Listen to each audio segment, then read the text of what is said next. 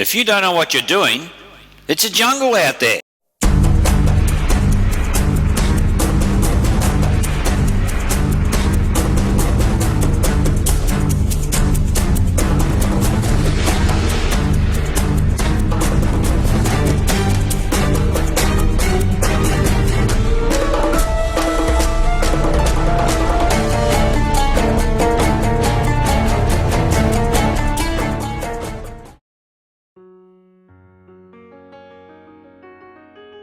So I find that the best way to understand the efficiency of a business is to have a work out the cost structure.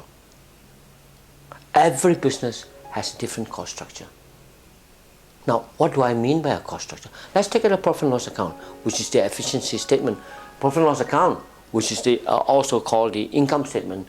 We have sales, cost of goods sold, giving you a gross profit, take away the operating the operating expenses, selling expenses, and administrative expenses, giving you a net profit.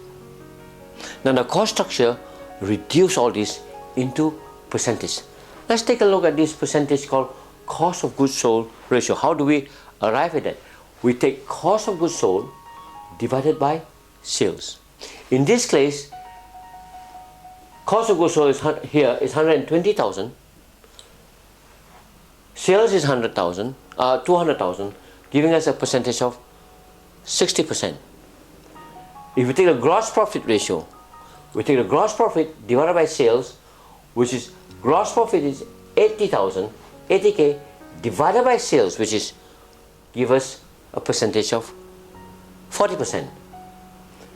Selling expenses, similarly, we take selling expenses divided by sales, 30K divided by 200K, give 15%, and similarly total administration expenses will be 21%, taking 44,000 divided by 200,000, giving us a net profit ratio of 4%. Now, what does this all mean? Very simply, when we look at 60%, what it means is for every dollar that come in through sales, every dollar that come in, 60 cents will be going to the supplier. The gross profit ratio is what is left to run the company. To run the company, we now need 15%, 15 cents for every dollar. 40 cents goes to run the company. Out of that, 15 cents goes to run the selling department. 21% is 21 cents is now used up in the administration of the company. What is left for the owner is 4%. And if you look at this, this is now what we call the cost structure.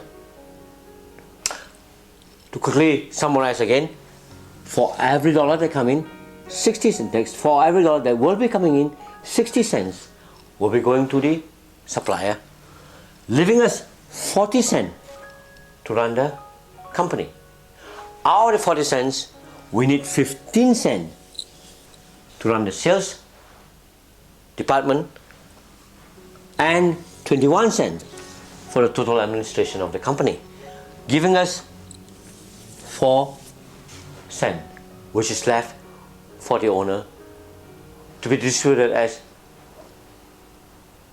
dividend. Now, if you have this, then done to you, this percentage done for you for the last 10 years, you would be very confident in your business where every dollar that come in, how it's going to be distributed. And if you look at this, which is the biggest expenses here?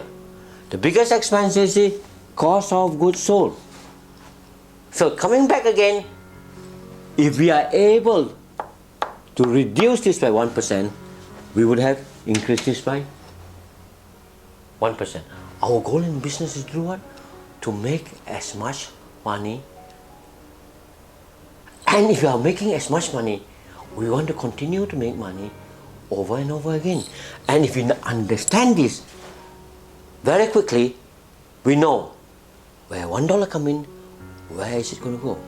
Now, this again we can take it to a further detail and look at just the selling expenses. Within that selling expenses of 15%, you notice that 5% goes to commission, 5% goes to salary. And if you take these two items, it already constitutes almost 11%. So if you want to concentrate on reducing costs, we would go for the big item. Now, looking at administrative expenses, again, out of the 21%, if you look, salary takes 12%, and if you were to do depreciation and rent and interest, if you add that up, that would come to nearly 20%. So if you want to save costs in administrative expenses, we will concentrate on these four items: salary, rent, interest, and depreciation.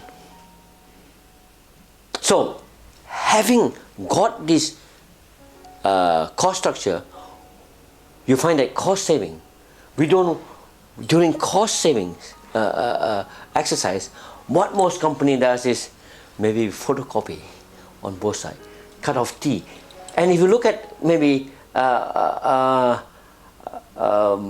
the cost of printing could be probably 0.1%. Even if you stop printing completely, it doesn't impact at all the net profit, which is 4%.